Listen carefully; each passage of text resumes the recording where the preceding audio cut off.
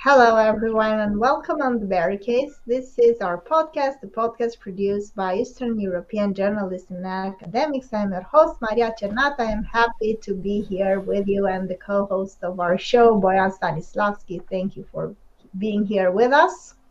Sure. And dear viewers, as Boyan said in the previous segment of our show, the regularity of our show was not as we hoped it to be, but we're back on track, and we are here to discuss today very interesting topics related to Poland. Since the Ukraine war started, Poland was in the center of attention because it received like millions of refugees from Ukraine. It also was one of the most vocal supporters of Vladimir Zelensky and the Kiev regime and of Ukraine. And also Watch it. You said Kiev regime. That sounds like Russian propaganda. oh, sorry. So, well, for me, what's happening there in No, I'm Kiev, kidding. Like, come on. I mean, you don't have to explain yourself. I was just saying. I mean, they were supporters of the Zelensky government to have a neutral phrase to express what they are supporting, and also they were against Russia. They were so Russophobic that recently in Poland they decided to form a parliamentary commission that would investigate politicians in the sense that if it is proven that those politicians investigated were somehow collaborated and were too close to Russia, that they would be prevented from taking public positions. And of course, this was criticized from the Venice Commission, that was criticized by European Union Commission, by all sorts of diplomats and politicians in the European Union, Including because the US. Including the US. because they think the whole process is aimed at taking down Donald Tusk, and Donald Tusk is one of the politicians in Poland that is very highly regarded by European Union and the United States. He is the president of the Civic Platform and is considered to be the enlightened politician running a liberal platform that would take Poland in the right direction, not in the direction that this right-wing extremists, law and justice are taking Poland right now. So one thing is clear, and we are going to discuss this, and also the incident, two other incidents, the Belarusian helicopters that apparently crossed the space of Poland, and also the fact that there is also scandal related to a woman that said she had an abortion and then the police started investigating her in the most brutal way. So let us start with this very interesting law related to being a Russian asset. Now, somebody that it's familiar with the Russophobia and the anti-Russian hysteria sometimes that dominates right now the public arena would say that the Western politician, the European Commission, the United States would applaud Poland for such a law. So that's what they thought. That's what they thought. Not exactly. They are not satisfied. Well, yeah. First of all, I want to say that you're completely correct in describing this as a kind of hysteria. Maybe you're being even too soft. Like when it comes to Russia-phobia and the kind of new hateful trends that have been developing over the last 18 months, I think Poland is not even in this kind of histrionic disorder anymore. It's not the kind of B streak of psychiatric disbalances anymore. It's a straight out psychosis, and it's an episode that's lasting much more than any kind of bad LSD trip that I can even imagine. But this is the situation we're in. And the fact of the matter is that this law about alleged Russian influence that is going to be investigated by a parliamentary or semi-parliamentary commission, which is going to be the prosecutor, the judge, the court, and everything encapsulated in one, is an instance of that psychosis. That's what it is. But this is not the whole explanation. I mean, it's not enough just to say that the Polish political class went crazy and they're doing crazy things. That's actually a habit of the Polish ruling class, especially when it comes to international relations. And, I could make all kinds of analogies with what happened prior to the Second World War in Poland, for example, but we don't have time for that. Maybe some other time. Now, this is not a new thing in Poland. This law was suggested a few months ago. This year, I cannot give you an exact date right now. I don't have all the entire parliamentary calendar right now in front of me, but it's been suggested quite some time ago, and it immediately stirred a lot of public, very heated public debate, and heated. It was a kind of public debate, but it was pretty much a simulation, like we're already used to it. I mean, there is no actual discussion. There's a lot of hot air and a lot of emotions, and people getting very aggravated, apprehended by, what the other side says, and are tweeting all kinds of hateful, sometimes violent things against, this or that person. And there's a lot of fun, if you can be assertive and if you can look at it like drinking champagne or eating popcorn, whatever you like, then it's a lot of fun. That's true. But, had it not been for the reality that we actually live in, and had it not been for those people who are obviously not all right, not mentally stable at the moment, had it not been for them shaping up the system that ourselves, our parents, our children or grandchildren, hopefully, are going to live in, that's a scary part. And what is scary about this commission, except for what you said, or what you suggested, and what I confirmed, is that it is an instance of the anti-Russian craze. Now, second thing is the question of democracy and the question of perhaps trying to restrain the last democratic impulse that the Polish society has in their hands, which is voting for whomever they like. Okay, it's already now difficult to vote for parties that you like because they're not able to collect the amount of signatures in order to register, a proper ballot, and all the rest of it. We know about those limitations that exist in every country, or almost every country in Europe and in the world, or in the collective West, if you like. So that's the point, right? They do want to make sure that the most symbolic figures, no matter how stupid they could potentially be, that most symbolic figures are somehow kept under constant stress. The most symbolic figures of the opposition, I mean, that they keep them stressed out, that they keep them somehow, confused. What's going to happen?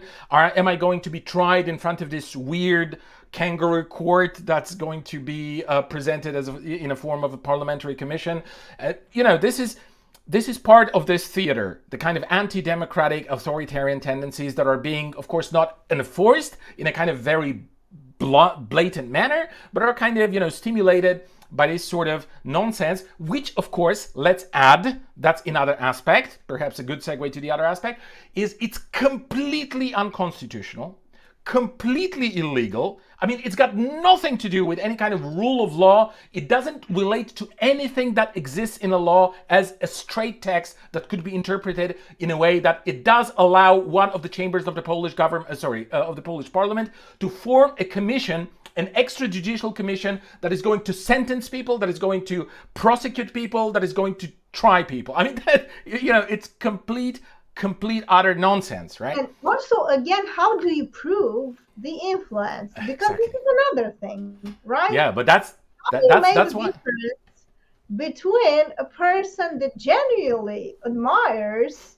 I don't know, leaders in Russia, and they are sincere in their Yeah. beliefs, and a person that actually is a Russian asset and takes money from the Russian embassy or Russian diplomats or whatever.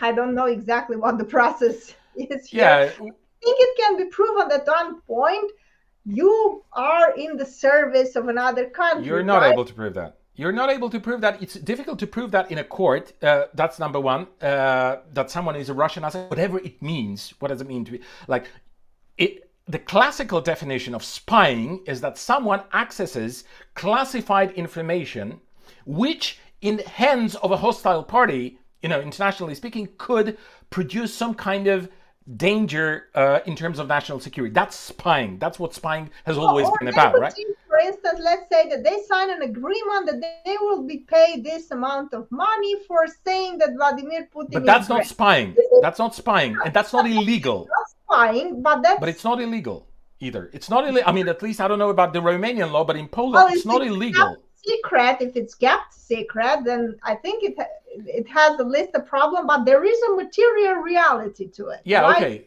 Yeah. Let's say. On to this material reality, but fact of the matter is that you can, if you take this material reality as an actual reference point, then you can easily bend it. And we've had instances of that in the past when people were trying to explain.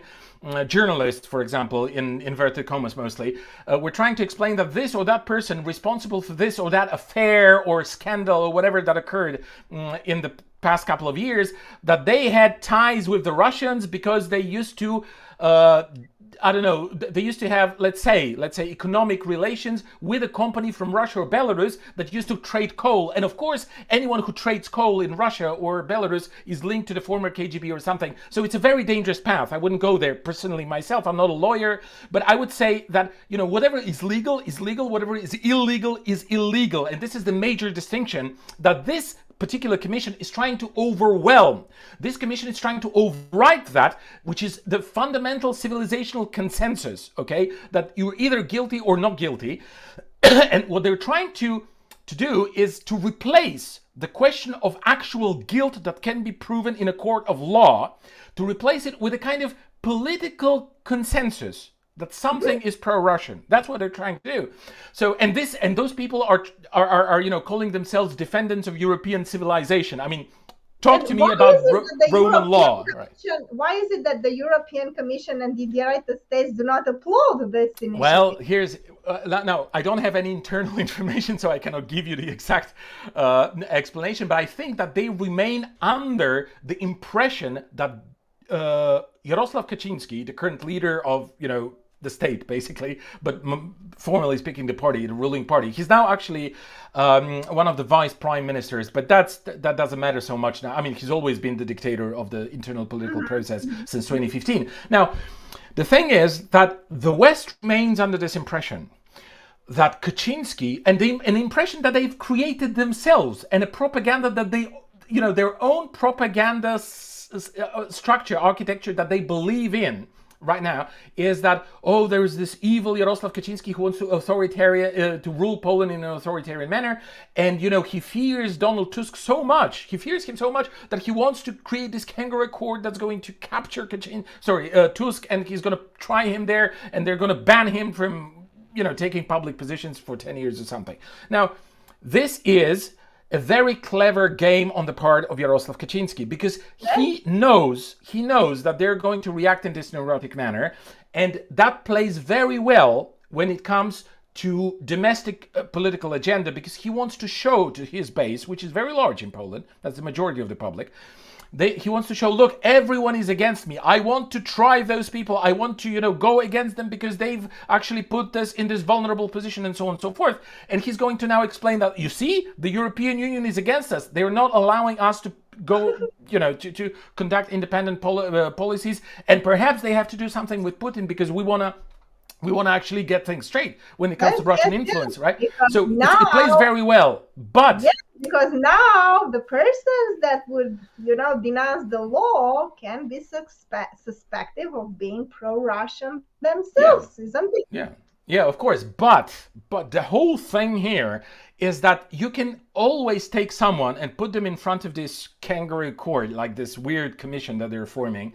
You can always put them there, and you can try and prove by a kind of weird law of consensus that everyone agrees that this is Russian propaganda, or this is Russian disinformation, or this is Russian influence, or this is Russian something, and then they can try and ban him from taking public positions for an amount of years. Of course, you can go to a proper court, and then the proper court is supposed to view your case, and maybe they will override. But it doesn't matter, because the point is that you're already going to be deemed as a Russian asset, as a Russian influence tool or whatever. And that's the point, right? So the actual point here is to achieve the goal that the European Union helped them achieve, which means the European Union kind of hysterically defending Donald Tusk. That's what they wanted. And another point that they wanted to make sure is that by focusing the whole thing on Donald Tusk, they wanted to make sure that Donald Tusk remains, and like I'm not mistaken here, he remains the leader of the opposition. That's what Law and Justice, that's what Jarosław Kaczynski wants. Because Donald Tusk is such an impotent politician. He's like incapable of anything. Absolutely. And this is why they want to make sure that the entire attention of the opposition is focused on supporting Donald Tusk. Because they know that for as long as Donald Tusk is the leader of the Polish opposition coalition, they will never win. That is, the opposition will never win. And this is the actual background of the whole thing. I don't believe they even believe in Law and Justice that this commission is going to be able to summon and actually prosecute someone to the full extent of the prerogatives that are going to be given to that commission. I don't believe they believe that, but they want to have the show running. They want to have the emotions stirred. They want to have all those things, you know. So that's the point. And the interesting thing, the very symbolic element here, you mentioned that, and let me just elaborate on that for like 90 seconds, is they thought that by doing this, they're going to achieve all those goals I explained, plus they're going to get the American ambassador, the son, I think, or grandson of the late Zbigniew Brzezinski, Mark Brzezinski, he's the ambassador, the US ambassador in Poland. They're gonna get him clapping, applauding, going like, yeah, guys, you're doing the right job. So what happened is they pushed it through the parliament, of course, in a very kind of totalitarian manner, because the Polish parliament hardly exists. I mean, it's ran in a very totalitarian manner by the majority. And it's also like, you know, I mean, none of the most important procedures are ever adhered to when it comes to laws or bills that are so important. So it's pushed through, like, you know, with a knee, basically, like, you know, through first chamber, second chamber, then the president has to put his signature before the law comes into in action, right? So what happened is all those three layers of procedures they happened within 24 or 48 hours, like immediately, right? And then what happened, and that's very very symbolic, very telling about the actual situation in Poland, is that Mark Brzezinski, the ambassador, the US ambassador in Poland, he wrote somewhere on Twitter or somewhere, you know, he wrote like he doesn't like this law. I mean, I can't remember the exact phrasing, but he doesn't like it because it's not democratic. It, you know, does this or that to civic liberties. And what did the president do? Immediately after having read this, or immediately after someone brought this to his attention, he actually moved this particular law that he just had signed to the Constitutional Court.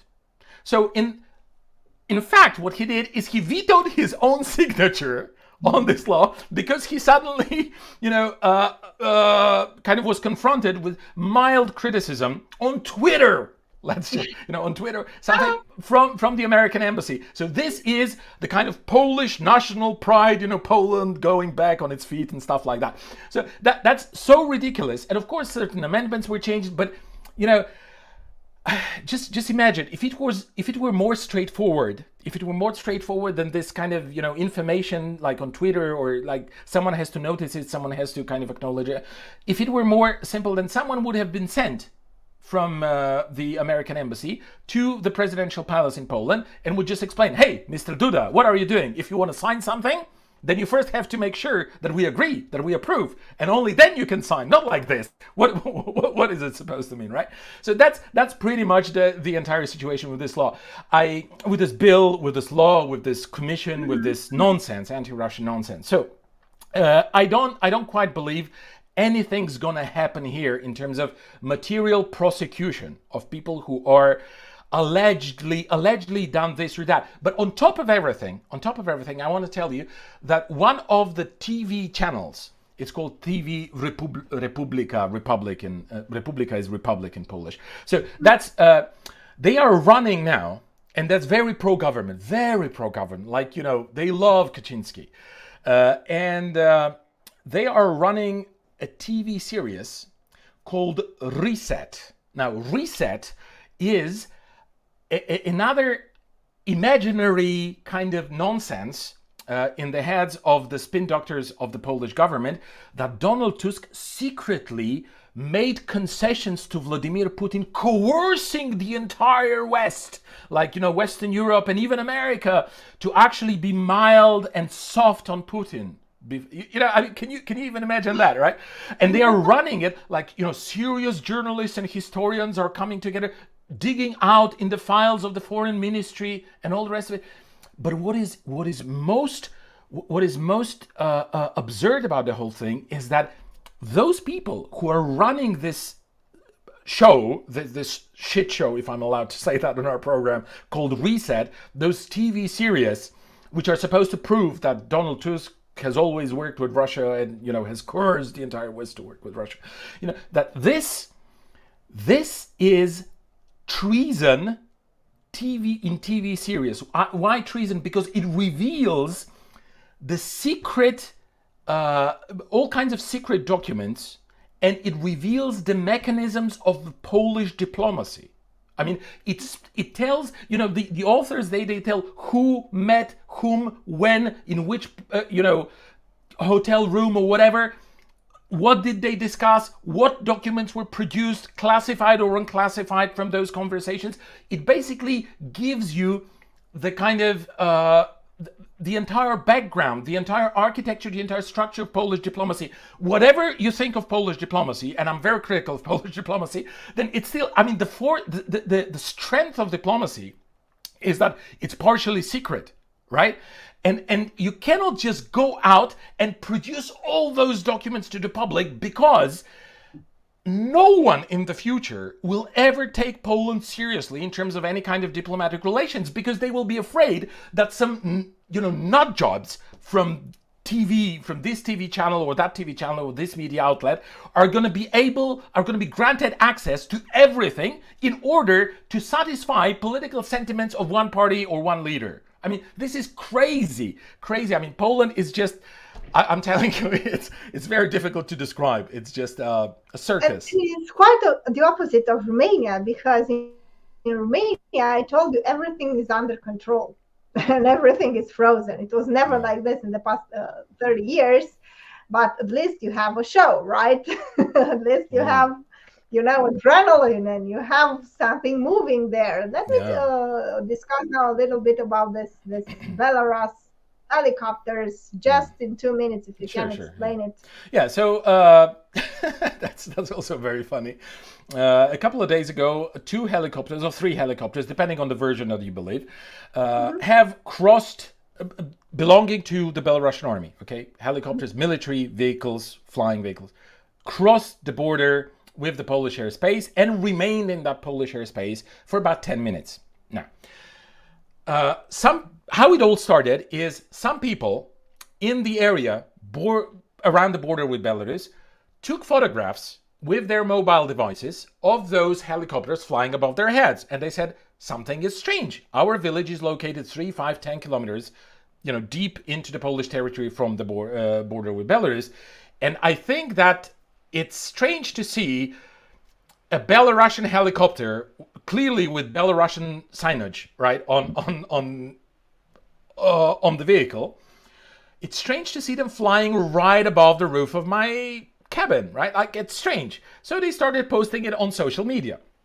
And some people, journalists mostly, that are unfriendly to the government, they picked it up. They started stirring up like all kinds of emotional reactions, and the government was forced to react. And I think the Ministry of Defense, or some important person, the Minister of Defense or some other important official, came out and said, no problem, everything's okay. I mean, those three aircrafts, they were reported that are going to be flying in the vicinity of the Polish border, and there's no point in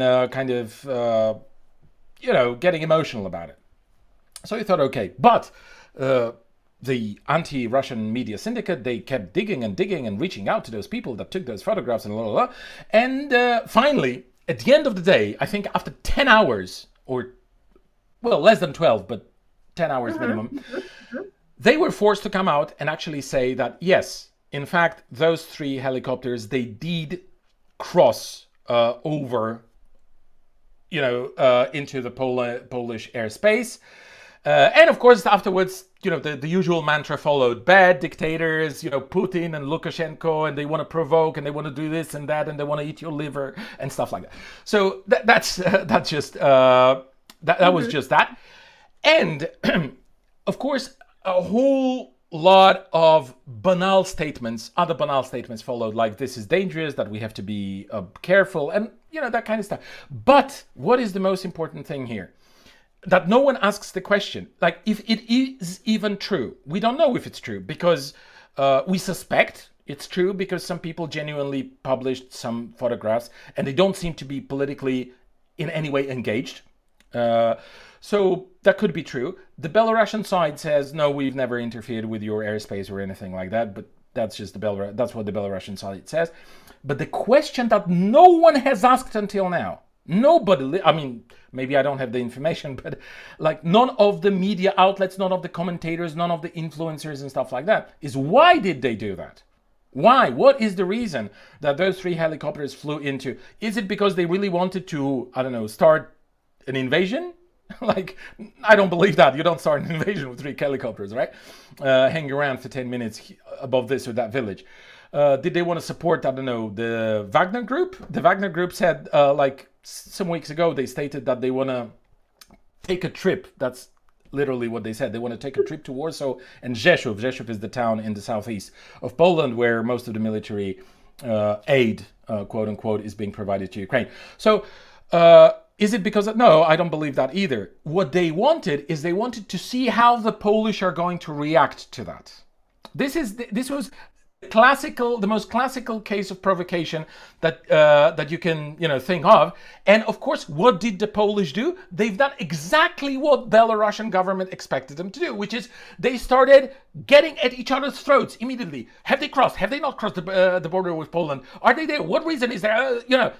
They wanted to stir up some kind of emotional. They wanted to produce a lot of hot air, and they wanted to see whether the Polish are going to react in any kind of rational manner, and they didn't. And they also wanted to demonstrate to Poland that, look, guys, and that's consistent with what Putin and Lukashenko and Lavrov said over the last couple of weeks. And they were referring specifically to Poland in many of their statements, saying that if Polish troops ever go to Lvov, or if Polish troops ever go to any other Western Ukrainian city, they will remain there forever. And now this is a very, very, very, it's not, I'm not sure how to interpret it. Does it mean that they're going to make sure that they never leave, or does it mean that they're going to occupy this land forever? I don't know what they meant by that, but they made numerous references to Polish politics and to alleged Polish concept of going to Western Ukraine, militarily.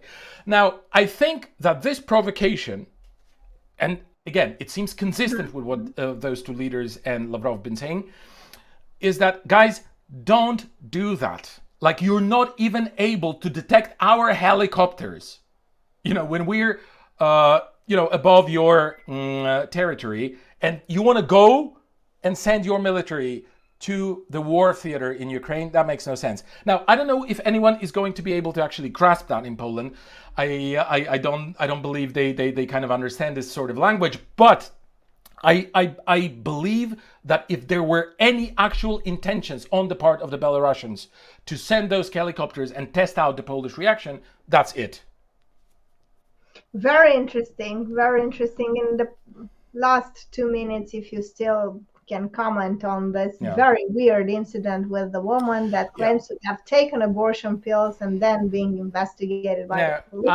I'm gonna make it as short as possible, because I don't really believe it deserves much of a political comment, because this is a desperate attempt to find a hero that the opposition is going to be able to put on their banners and march during the October elections, march to victory in their eyes, in their understanding. Now, they're not going to win by finding someone, even if it were a legit hero. I don't believe that one hero is enough to win the elections. Not with Law and Justice, not with a party that's been winning elections, I don't know, 8 or 9 elections in a row since 2015. So one hero will not be enough. But the problem is that even if you're looking for a hero, you should still, stay sharp. I mean, you want to find people who are actually victimized by the system. Now, this woman, if it's even a woman, because she sometimes identifies as men, and I'm not making fun, that's what she writes on her, she, him, they, whatever, write on their social media. This person is obviously mentally unstable. And I'm not having anything, I'm not talking against mentally unstable people. Everyone can have a crisis. Everyone is entitled to all kinds of support and, medical care and all the rest of it. But, when you have a person who is obviously deeply disturbed mentally with a clear history, medical history of their condition, when you have someone who posts on social media, on their social media channels, things which are ugly and disgusting and obviously affirming a very disturbed mind, and we're talking about, I don't want to even describe it here, but we're talking about things which are involving all kinds of dark elements like torture, death, blood, and stuff like that. And it's full of, there's full of fantasies, okay, about those topics on this person's social media. And what happened is this person discussed with her or his or their psychiatrist on the phone, and this psychiatrist heard a sentence uttered by this person that was alluding to a potential suicide action. Now, the protocol is, and it's official, it's regulated by law, is that every time you hear anything, even remotely resembling a suicide potential within a situation that, you're involved in, you always have to involve the police and the and medical services. So that's what this person did. That's what this psychiatrist that was talking on the phone did. And there were many other, organizational elements that I'm not going to describe here because I don't think it's interesting. But the police arrived not because this person was having an abortion, but the police arrived because this person, while discussing with her psychiatrist, threatened with suicide. That's why the police arrived. And, it's questionable, of course, whether the police acted, ethically or unethically. We don't know about that because the police denies all the actions that it was accused of, and there's no way to prove it. Of course, I don't believe the Polish police even a bit, but, they did not arrive there to abrupt an act of abortion. Now, we don't even know whether this woman, whether this person was pregnant. There's no proof of that. Like, seriously, she just claimed, and afterwards it was revealed that she had claimed that she had taken an anti-abortion pill or something like that, and as a result of this, she was somehow falling into this more and more intense depression, and she was on the verge of killing herself or something like that. And this is all very dark, very strange, very psychotic, very very weird. Even by our Eastern European standards. It's very weird, yet this person is still being, referred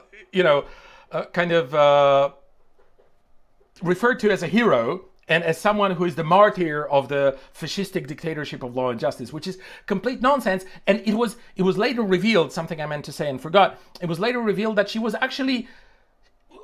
wasn't like she took this pill and then had this depressive thoughts right afterwards. It was like she took this pill back in April. Now, thank God, we're at the end of, beginning of August, right? End of July when it all happened. So we're talking about someone who should not be involved in any kind of political arrangements. We're talking about someone who's definitely a victim of something. I don't know, maybe some kind of abuse, maybe, I don't know, some kind of medical condition, maybe some kind of social pressure. I have no idea. And I don't want to know. This is her private personal crisis that she should be allowed to go through in private instead of trying to politicize something which is obviously on its face ludicrous as a political case, at least. Wow, wow. Thank you so much for the Yeah. analysis, because from the outside it really seemed, like you have a case there. So it's very important to have all these details. And to the viewers, I also suggest you watch the movie The Hater, because I think it's an excellent insight into the Polish society. I watched it, and I had an insight, all these elites that are using all sorts of people to do their dirty biddings, and they are manipulating everyone into, and they're in the final aftermath, the liberal elites are just as bad, if not worse, than their opponents. So thanks so much for your commentary. I know you have to go. You stayed Yeah. 3 minutes after your limit. Thanks so Yeah. much. The viewers, if you like what you saw, patreon.com/the barricade is the place where you can find us. To our donors, thanks so much. We are very thankful to your effort.